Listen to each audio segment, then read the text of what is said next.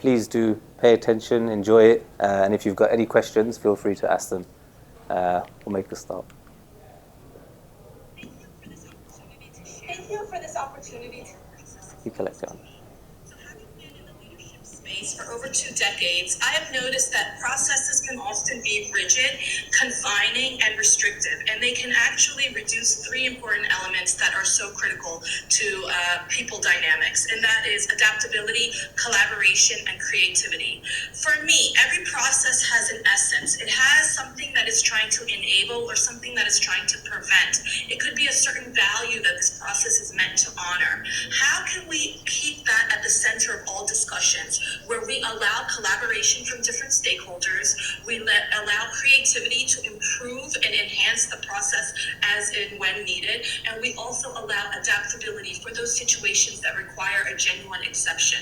I think keeping the value that we are meant to honor at the core of all discussions can really help us as organizations and teams keep people above processes. Thank you. السلام عليكم، أنا الدكتور أبو بكر موسى التوم، باحث في الاستدامة والمسؤولية المجتمعية. نحن لما نتكلم عن استدامة وصمود المؤسسات نجد أن كثير من المنظمات تستثمر بشكل كبير في منظوماتها الإدارية من خلال بيوت الخبرة العالمية، ثم بعد ذلك تستثمر كذلك أكثر في منظوماتها الإلكترونية ودمج الذكاء الاصطناعي في منظومات العمل، لكن يغفلون عن شغلة مهمة جدا وهو الاستثمار في رأس المال البشري، لأن الناس يأتون دائما قبل النظام. إذا ما كان عندك ناس كفؤة وذات يعني نضج مؤسسي عالي لن يستطيعون استخدام هذه الأنظمة وصمود المؤسسات وتطور هذه المؤسسات. مثل ما قال بيتر تاركر أن الثقافة تأتي أو الثقافة تأكل الاستراتيجية على الإفطار، والثقافة هي مرتبطة بالناس. أتمنى لكم إن شاء الله وقت جميل مع كوتش سارة حول هذا الموضوع.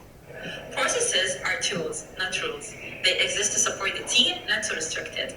When challenges arise, the best insight often comes from the people doing the actual work, not from a flowchart. Listening to your team and staying flexible allows you to adapt faster, solve problems more effectively, and ultimately deliver more value. Prioritizing people over strict procedures is what keeps you working human and impactful. All right. So we believe that the reason you chose this track is because... Thank you. That was a bit innovative, by the way, because the speaker doesn't work, so apologies for the slight out of sync. Problem solved. Thank you for choosing this track session, and we believe that the reason you're here today and you chose this track is because you care about people more than process. And by the end of the session, we would like to share with you a free blueprint of a guiding mindset of how to prioritize people over process at a large-scale level. So, 3 reasons to think differently.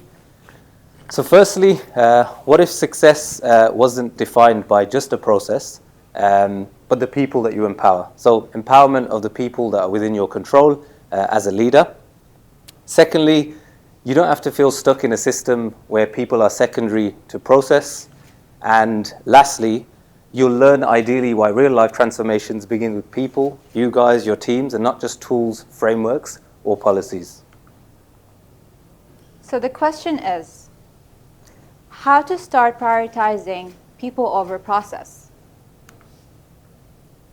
It starts with well-being. So many of you have probably worked in organizations where you've noticed people within your control, people that you're working with, face many things such as burnout. And burnout, as you know, it's something that sometimes is seen as something that, you know, it's amazing. Like, I've worked really hard, I've spent 17 hours in the office or 15 hours in the office, whatever it is. But actually what we're doing is we're glorifying something that's not necessarily helpful to any one of our teams or us. A stat of around 76% of employees experienced burnout during the pandemic, which was quite a changing moment for many people across the world. As you know, things such as well-being started to become more of a spoken topic in some parts of the world more than others. However, it's something that slowly the whole world is kind of progressing towards taking more seriously. Again, performance really depends on your mental state. So often we talk about, okay, how are you feeling today? You know, you come into an office, someone might ask you, okay, how are you feeling? And in some environments, people are reluctant to actually open up and they'll just say, I'm fine. But you might be able to notice it in people's body language, behavior. And that's what we kind of mean around the emotional and physical well-being. And it's something that I'm quite passionate about, because I feel like if you're not asking your team members as leaders how they're feeling on a day-to-day basis, you don't really know them. You don't really know what they're going through. And I think it's important to understand that it's not just something that it's a HR thing to do. Often we say, okay, we care about our teams, but actually if there's anything to do with how they're feeling, they can speak to HR. But we as people in a workplace, we've got to position ourselves in a way where actually we become those people. And again, it's not to say that it becomes a kind of a clinic of some sort, but caring about people is such an underrated skill, and actually something that the more you show care towards the people that are within your control, the more you'll get the best out of them. And lastly, be kind. It's a simple statement, but often we miss that aspect. You don't know what people are going through in personal life situations. It's something I speak to my team members about often. Say, if there's someone in your team that might be feeling a little bit down, ask them how they are. It goes a long way just to speak to someone to say, how are you doing today? And I think more importantly, what it does, it builds that connection between you and that person. And actually, you might turn up one day, someone's a bit low, their voice is a bit low. You understand that, okay, they're going through something. How can you support them? So I always say this to some of my team members as well, to say, like, if you can visibly see that someone is actually experiencing some sort of discomfort, take them away, go for a walk. Another tool and tip that I can offer as well is that just take people aside for like a little walk and a chat and ask them how they are, simply, not about work. Something that I've seen recently in some places, whether it's here, whether it's in the UK, is people often are, if you ask them how they are, they'll say work is fine, but actually it's like, I don't want to know about work. I just want to know how you're getting on, how was your weekend? Coming in into the morning, asking someone, how was your weekend? What did you get up to? These small talk conversations can go a really long way. Leading on to that, understanding people. So people, again, very similarly, people bring emotions, experiences, and context, not just skills. So again, we have teams full of different skill sets. But as we said, people are going to come with various experiences, various emotions. Again, whether they're going through certain challenges, you'll be able to really understand how people respond and react. So an example, again, is when we have team members that face some sort of negative feedback, how are they actually responding to feedback? So as a leader, you should be understanding, how should I give feedback to certain people in my team?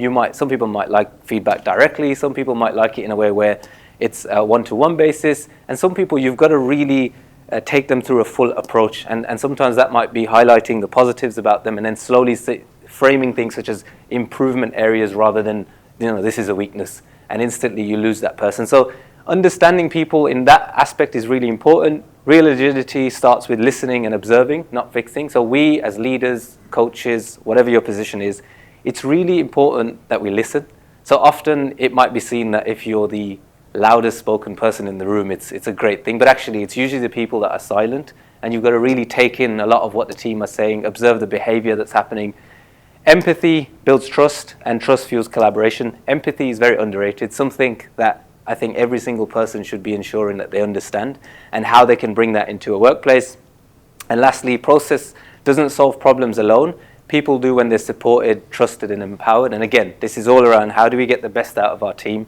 And it's all down to understanding the people, whether it's in a workplace, whether it's in a friendship environment. It's really important that you understand the people that you're with, their likes, dislikes, and be open about it.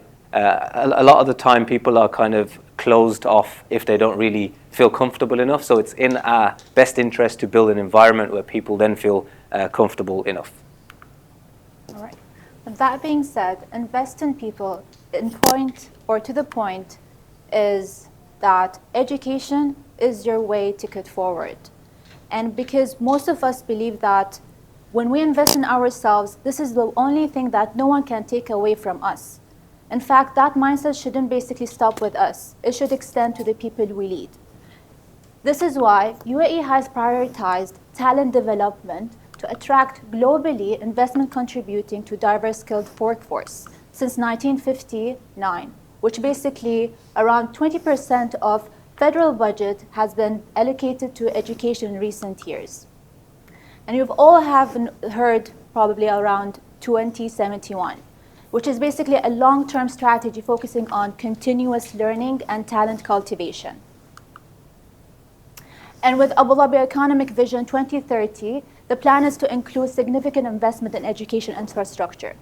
So the point is here, because system efficient is not only the point, whereas building people is the right critical one that we're focusing on here, especially in UAE region.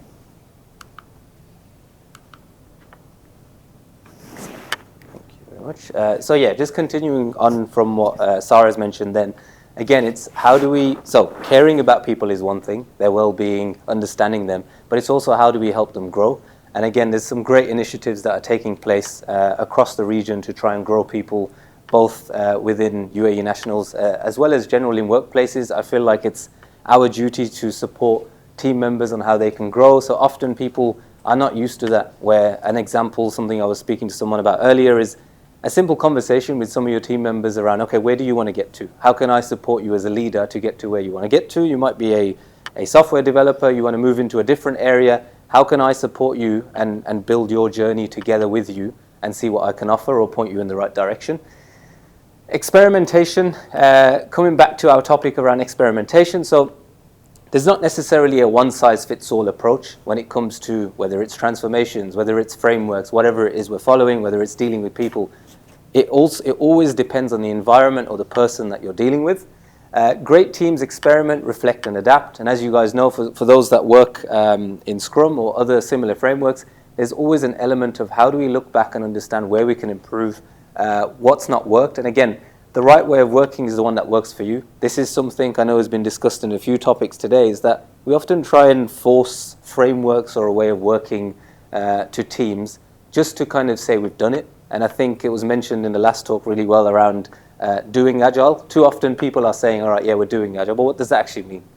You know, so it's around how we're becoming Agile or how we're being Agile. And that, again, in the morning it was mentioned around the practices and things like that. And frameworks, again, are just there to guide us. So how do we take these notes from the framework, look at best practices, and actually see, do you know what, this is going to work for us, let's give it a go. If it doesn't work, it's not the end of the world, but the main thing that we should, the goal is where we're trying to get to at the end of the day, and it's how we're getting there. We can experiment and look at different ways as we're on the journey. So with the fail fast, learn fast, the most agile and high-performing teams we've worked with are those who do not actually feel or fear the failure here. They inspect, adapt to grow. And especially in UAE nowadays, where adaptiveness and collaboration, or let's say competitiveness, is no longer an option. It's a survival, basically. Types of organizations. So sometimes you might hear conversations about this is challenging because it's a corporate organization, or this is a bank, or you know, this is this type of organization or that type of organization. Often we get lost in kind of what we're really trying to achieve. People are people. So whether you're in a large organization, whether you're in a startup, it doesn't really matter. Yes, the challenges are going to be different, but people come first regardless of the contract type or the environment. And why I mentioned contract type is you'll find that some organizations, the focus on people might not be as such because they might not be a direct employee of an organization, so there's less interest in growing that employee. But I think that's where that gap needs to come in to say, this is my team. I don't care where you come from. I don't care what type your contract is, whether you're a full-time employee, vendor, it doesn't really matter. For us, it's a group of humans. We're trying to support each other, one another, help each other grow, look at the best elements of people where they can support and working together. And it's, again, a conversation we were having over lunch was around how do we make best use of people by understanding their skill set and complementing one another as we're going through it. And generally, change may take longer in large organizations, but that shouldn't stop us. So I think it's important to say, yes, in some organizations, to make a change, it might take maybe a month, 2 months. If it's a startup, so I've been lucky enough to work in a startup as well, to make a change might be instant. It might be someone saying, you want to make a change tomorrow, done. Whereas if it's in a large organization, okay, we've got to go through this change process, you got to do this, you got to get it signed off by 15 people, and then you can quite simply say, you know what, forget it, let's just carry on. And that's easy to do. So how do we stay kind of patient enough to kind of last through the entire journey? That's really important in itself. Which leads us to people over process. Now, recently we've been hearing a lot around AI, frameworks, optimizing workflows as well. But have you asked yourself this question? When system basically breaks down, do we actually blame the process, or do we look to the people who are behind it?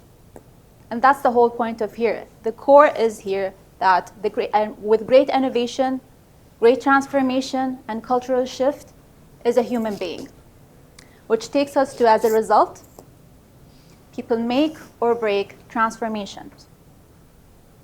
And that led us to creating or designing a manifesto around people over process. So, sorry for all the colors. Yeah. But first part of it, if we go into it, go over to you, sorry. So basically, we came up with this manifesto where it's a guiding mindset to shift system rigid to human empowered. With that being said, our first point here when it comes to the manifesto, it's value-driven culture over process-driven culture. What we mean by that is that when we put too many rules in a system, it just slows down everything. And what we did instead is, instead of having random conversations in the meeting, we actually asked what matters the most, which goes back to the customer value and centricity here.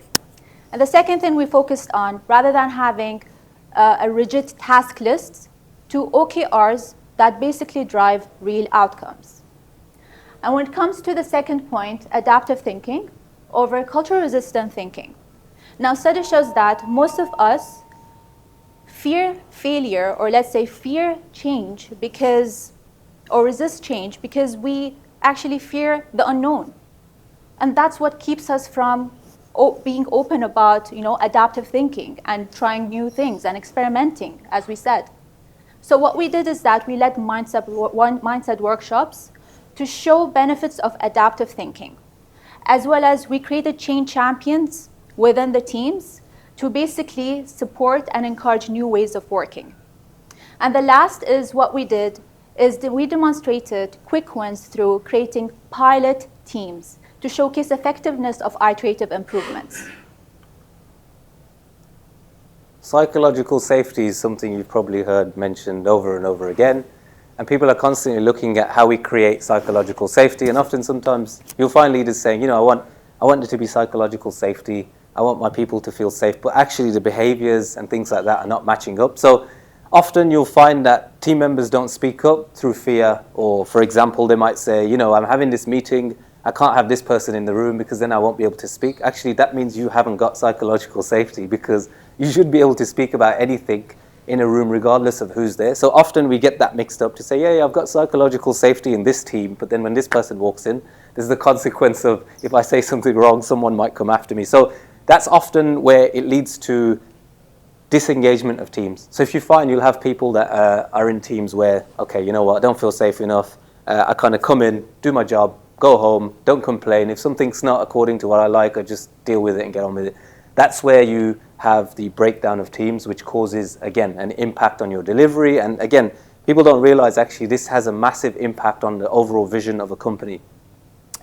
Some of the things we did, we created a culture of open feedback. So again, structured retrospectives where employees actually feel heard. So calling in the likes of senior leadership or influential members to really listen, and actually for them to be a bit more open as well. So allowing people to feel safer. And again, that's easy said. So you still get people that are not feeling comfortable, but we try and promote that more often, sharing feedback from certain sessions to say this is how people are feeling.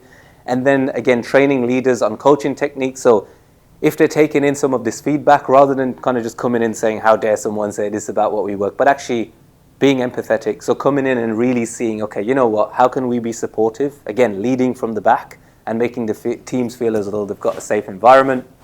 We modeled vulnerability by sharing our own challenges and learning. So often what you find, and something that I always urge people to try, is always start a session like that about sharing something about yourself. The moment some people see you in a position of leadership and you share something vulnerable about yourself, it kind of promotes them to say, you know what, okay, if this guy's or this lady is going to speak about something and actually they've been quite open, it just leads to one person. Or sometimes you can even plant someone in the room who you've had a conversation with before to say, look, when I get started, you put your hand up and you share your thoughts, and instantly it creates a bit of a chain. I've done that before and it's worked. So it's something, a little tip that you can give a go. We'll see that every question after. Yeah, you might see that. My plant's at the back there. So good. Empowered leadership over controlled leadership. So what do we mean by that? So depending on where you are in the world, you'll have different challenges. Leadership leadership is seen in different ways. So you might see someone saying, I'm a leader, I tell everyone what to do, this is how you do it.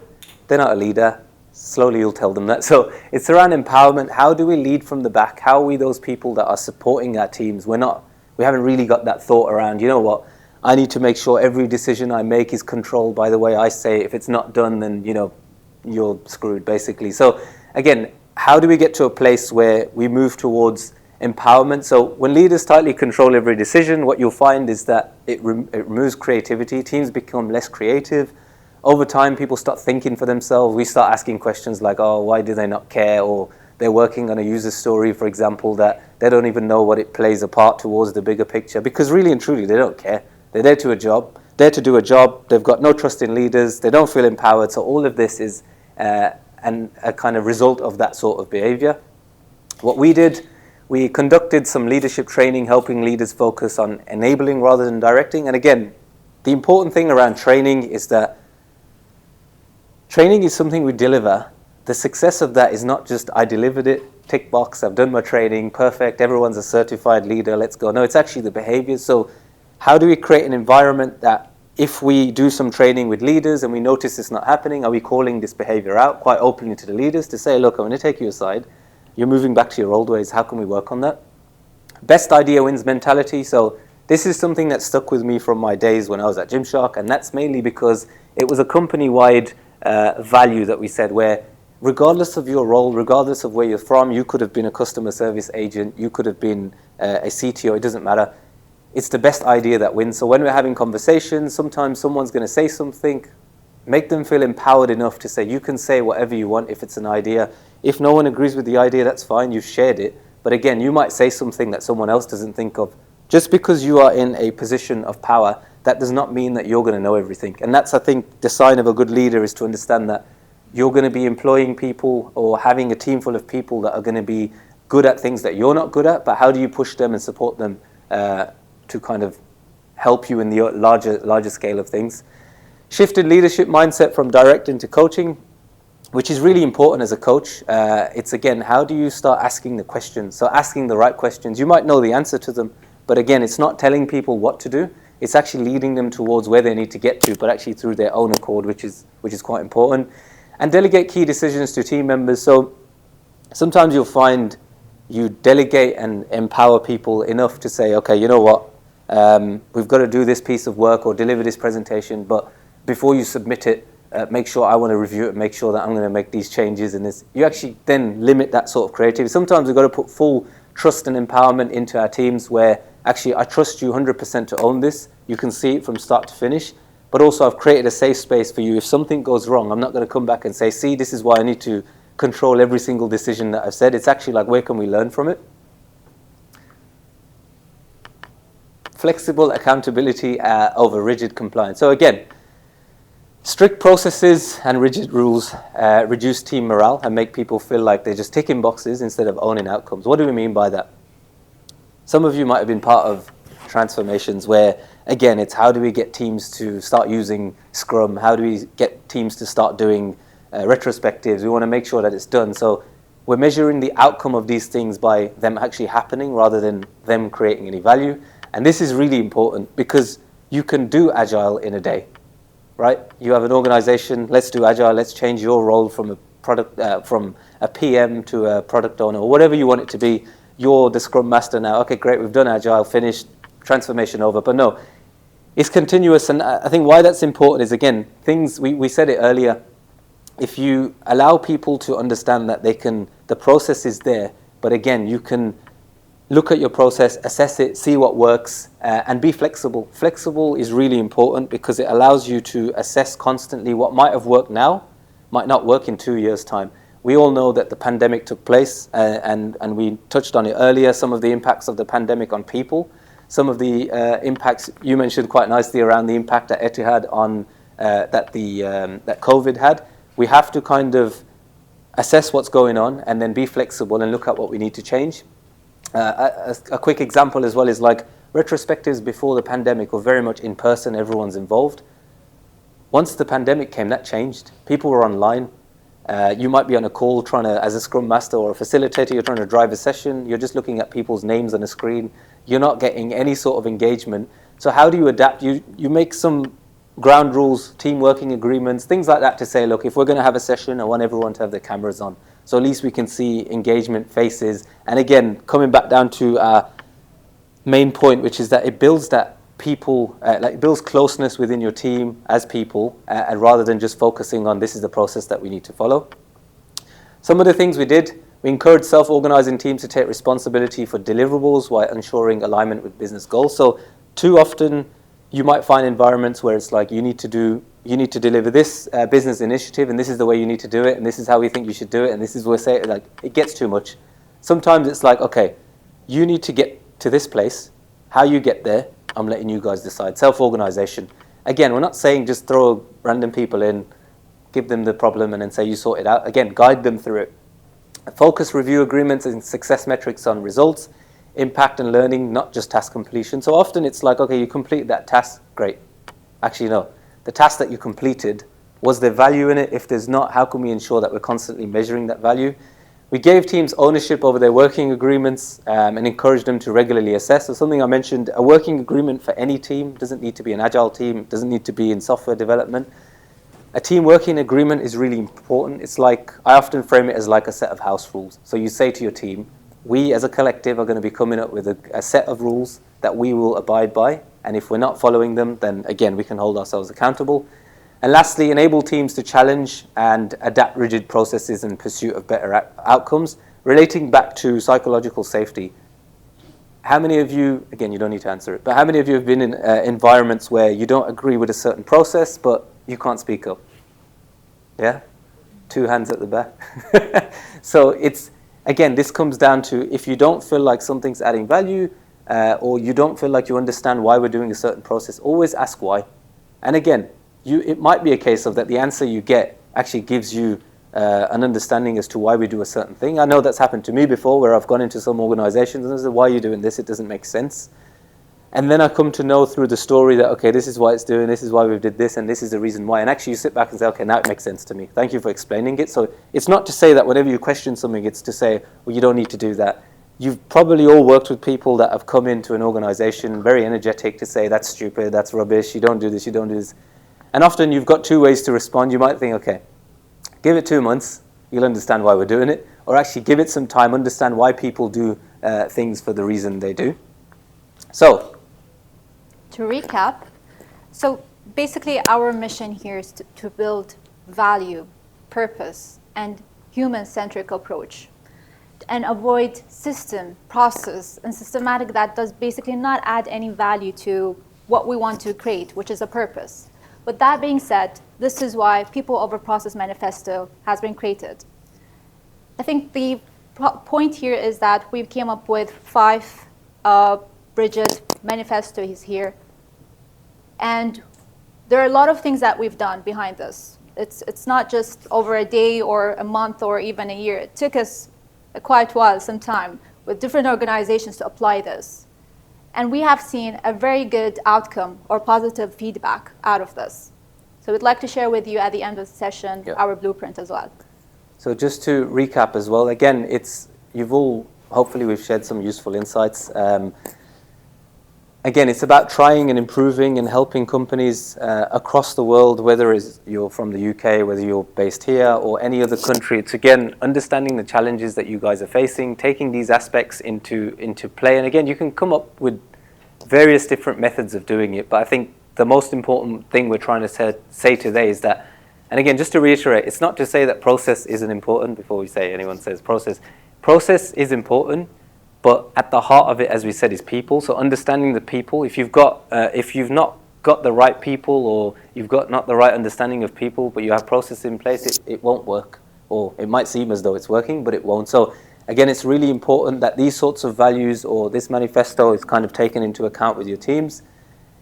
It won't fix everything overnight, just to reiterate that again. It'll take some time, but again, it's kind of continuously working, learning, using various environments to understand other people's challenges. So I often get a lot of benefit from talking to different people from different companies or different parts of the world around, okay, what challenges are you facing? Even when I move into this region, it was new for me to understand the challenges that people face here. So it's again, How do we understand those challenges? How do you go away and try things that other people have mentioned, and then come back and share our success stories like we've done today? Not to say that we've solved every problem in the world, but we're on the right path towards helping as many people as we can. With that being said, this is our LinkedIn, so feel free to join and connect with us. Questions? Yes. Questions, right? Yeah, we Yeah, can we'll do. take questions. We'll share the. We'll share it. We'll share it after. Yeah, the connect. Question. Yes. How do you know Abu Bakr? How do I know Abu Bakr Toon? I worked with him. Okay. Yes. Well, then tell him that I'm very proud. Sure. He was my student in the master's. Oh, great. Yes, that was Great. like 15 years ago. So yes, I'm very proud to see that one. Thank you. Thank you. I'll let him know for sure. Thank you.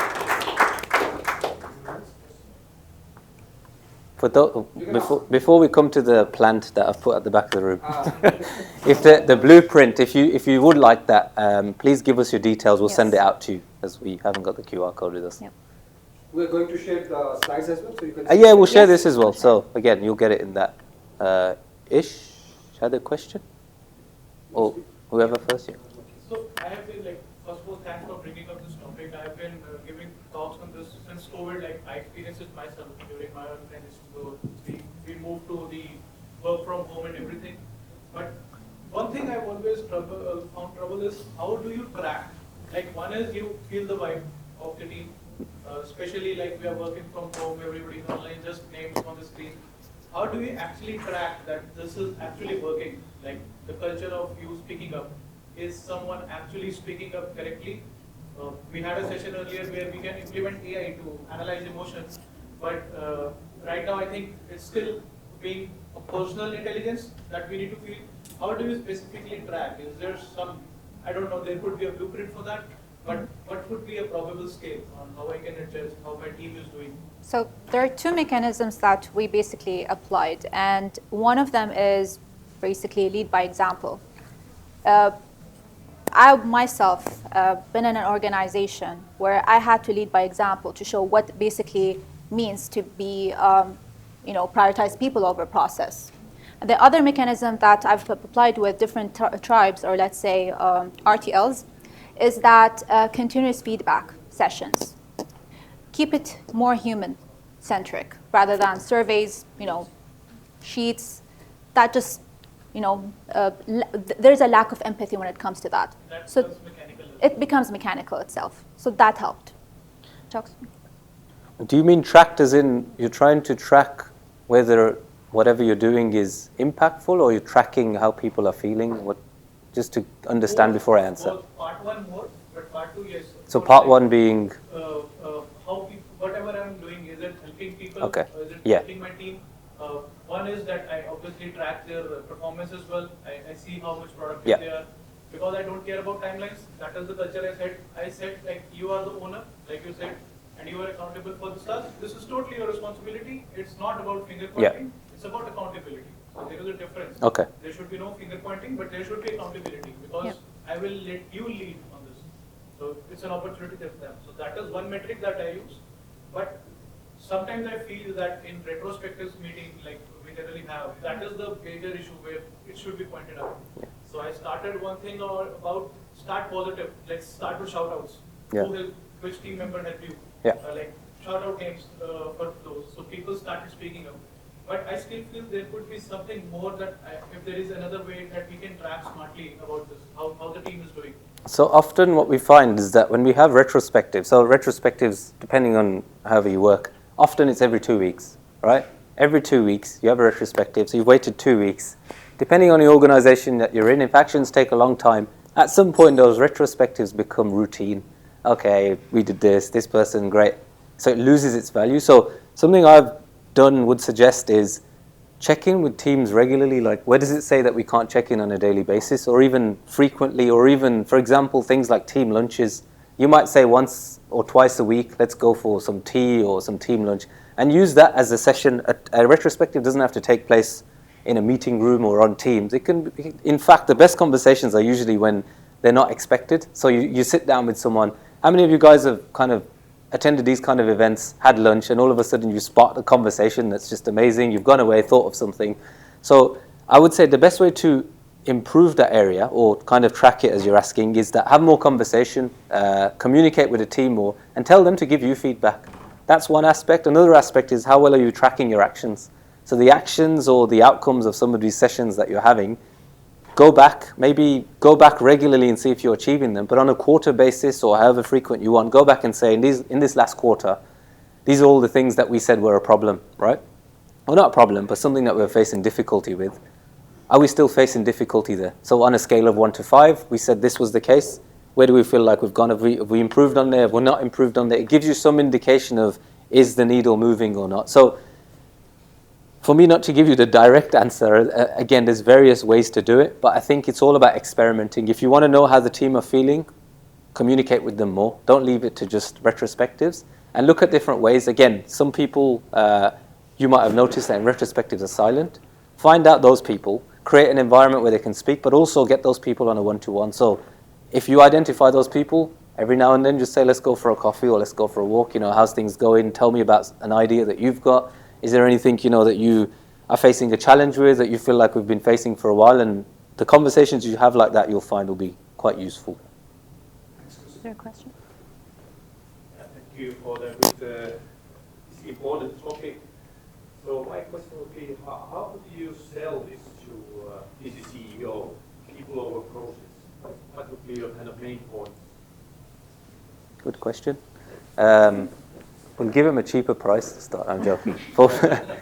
People, see, the idea behind people over process is that ideally in the world, we shouldn't really have to tell people to care about people. I mean, it sounds funny when we say it, but actually, it's because people are used to hearing a lot of things. So you make a good point. The question you're asking is, how do we influence a CEO to take people seriously? Now, sometimes CEOs, or depending on the size of the company, CEOs are not actually aware of the things that happen on the ground because, they don't need to be, for starters, depending on the size of the organization. We'd like them to be. I've worked in an organization where the CEO sits on the same table, same age as me. Again, it's like a complete different mindset, really cares about people, puts people first, is in the public eye himself, so knows that he carries that image. Again, you're going to be with CEOs that are part of major organizations. So firstly, it's like, how much access do you have to that CEO, right? If I was to go into a company and say I want to speak to the CEO, some companies might be like, yeah, good luck.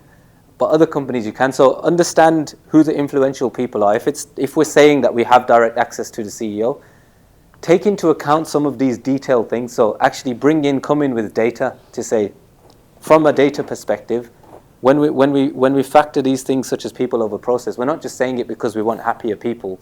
It's not so that the survey that we send out is higher scored. It's actually the impact of happier people is a direct impact on the delivery and the success of the company. So again, if you've got a group of people and you want to build an organization that's sustainable and that can go for a long time, and you want to grow people, then you've got to put people at the heart of that organization, whatever it is, and ensure that you're helping them grow. And I think it's the way you deliver the message that's really important to a CEO or someone that's in an influential position. I hope that answers your question. Again, I'm more than happy to speak about this after in more detail as well, if you'd like.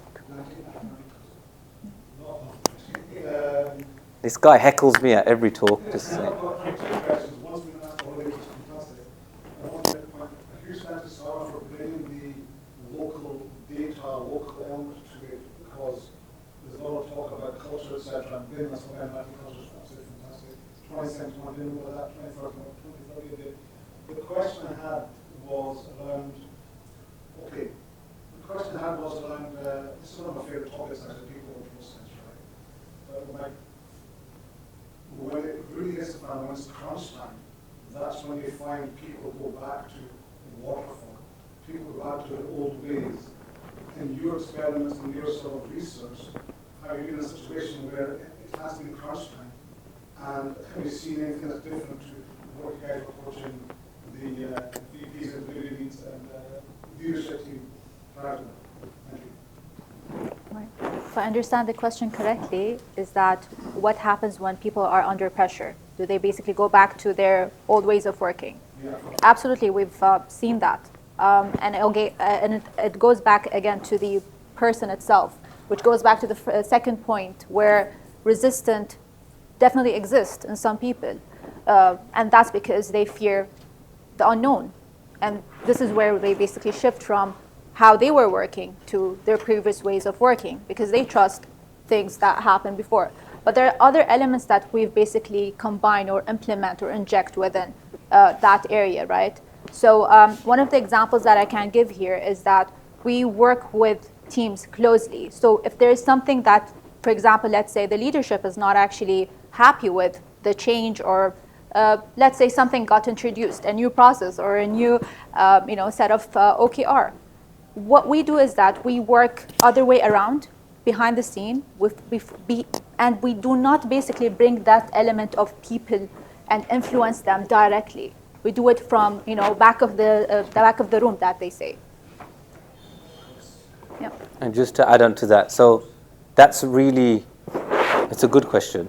I'll let you off. That's a good question. It's usually that moment in time where it's the real test. So that gives you a good moment in time to see if the work you're doing is impactful.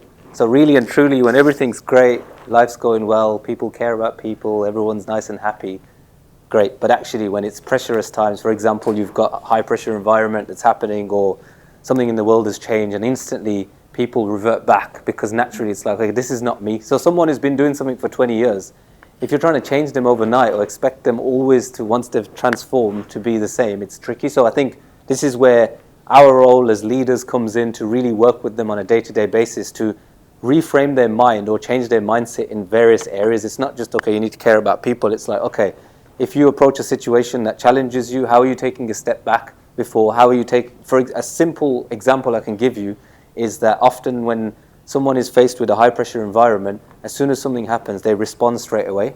A small tip that I have managed to successfully do with a few people is actually, as soon as you're about to respond, just wait. Just wait, take 5 minutes out, go do something, come back, have a think, and then respond.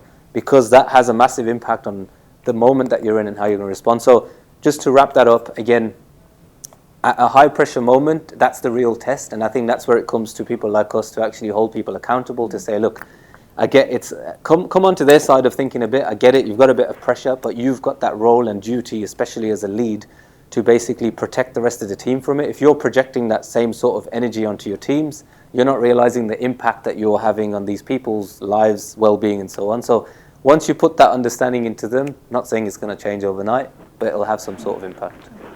Thank you. Thank you very much.